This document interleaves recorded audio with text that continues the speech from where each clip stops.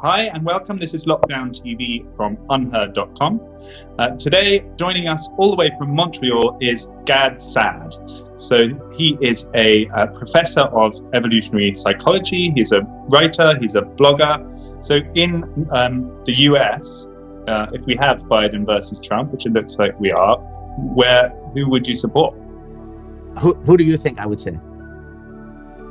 Well, I don't know. I mean, you've been talking favorably about Donald Trump because he's against political correctness, and Biden seems to be highly politically correct.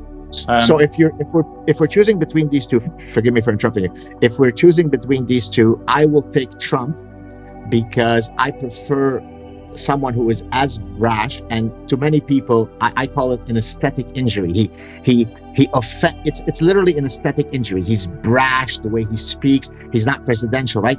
Obama was tall. He had a mellifluous voice. He has a radiant smile. Therefore, he must say profound things. No, he says complete bullshit. But my God, does he intoxicate me while he says them? Whereas Trump looks grotesque. He's obnoxious, right? Therefore, he's disgusting. So certainly to the highfalutin ivory tower folks that I hang out with, he is grotesque. He must be rejected.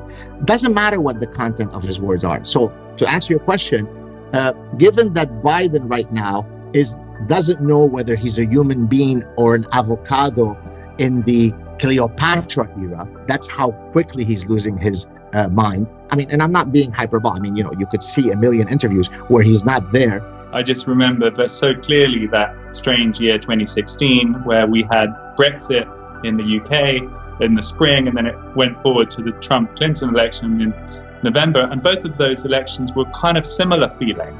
And in both cases, the losing side presented itself as the rational, enlightened side. It was all about evidence.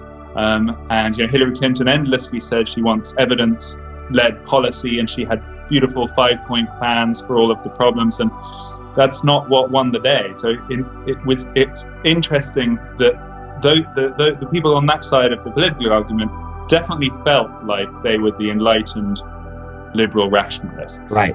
Look, I think a lot of times people ask me, why do you spend so much more time critiquing and criticizing the left than you do the right? Is this your way of signaling to the world that you are on the right? And my answer is actually terribly obvious and simple. I exist in the ecosystem that is most infected with leftist ideology, right? The ecosystem of academia is a hotbed of left. Now, some of the left ideas are great. Some of them are complete, utter bullshit, right? So therefore, the reason why I criticize the left more than I do the right is for the same reason that the dermatologist focuses on skin disorders, not diabetes, because that person specializes in skin disorders. That doesn't mean that diabetes is not important, but that's not what I specialize in. So the fact that I focus a lot more on leftist ideas, I'm not implying that they are irrational and the right is rational. Because, for example, when it comes to the rejection of evolution, as an evolutionary scientist, well, typically the right is much more likely to reject evolution. So in that case, I would be much more likely to criticize a senator from the Deep South who rejects evolution.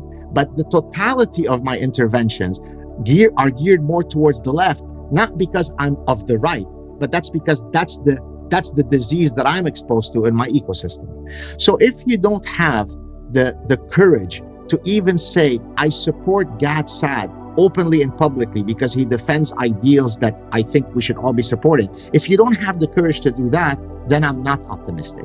But if you tell me that somehow we're going to ignite the collective courage of the silent majority to speak, well, then I think that we will quickly drown out the lunacy and we will return to a commitment to reason. Fascinating. Well, Gad Saad, thank you so much for that. There we have evidence-based thinking put in the defense of Donald Trump. And for a lot of people, that might be surprising, but we live in a surprising world. Thank you. That was really, really interesting. My pleasure. Thank you so much for having me. That was Gad Saad, evolutionary psychologist, blogger, YouTuber, and campaigner for free speech, telling us why Donald Trump is the rational option in November. So that was a surprising and interesting turn of events. His book, The Parasitic Mind, is out later this year. This was Lockdown TV from Unheard. Hope you enjoyed. We'll be back in the next couple of days.